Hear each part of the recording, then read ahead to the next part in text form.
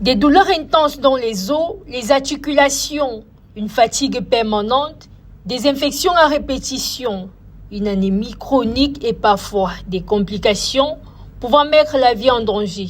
Chaque jour, des milliers d'enfants et d'adultes vivent avec ces symptômes qui bouleversent leur quotidien. Derrière ces souffrances se cache une maladie génétique, encore méconnue du grand public, la drépanocytose. Ce 19 juin, le monde célèbre la journée mondiale de lutte contre la drépanocytose, reconnue par les Nations Unies et soutenue par les organisations internationales de santé. L'objectif étant clair, sensibiliser notamment les populations, promouvoir le dépistage précoce et améliorer l'accès aux soins pour les personnes atteintes. La drépanocytose, une maladie héréditaire qui affecte l'hémoglobine, la protéine responsable du transport de l'oxygène dans le sang.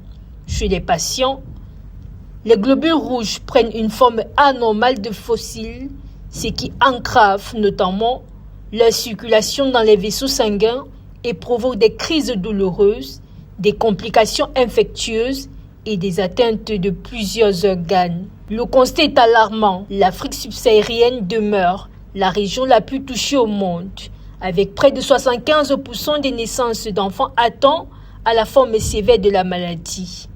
Malgré cette forte prévalence, de nombreux cas sont diagnostiqués qu'après l'apparition des premières complications. Les spécialistes insistent sur l'importance du dépistage, notamment grâce à l'électrophorèse, à l'hémoglobine, un examen qui permet de détecter la maladie ou le statut du porteur sain.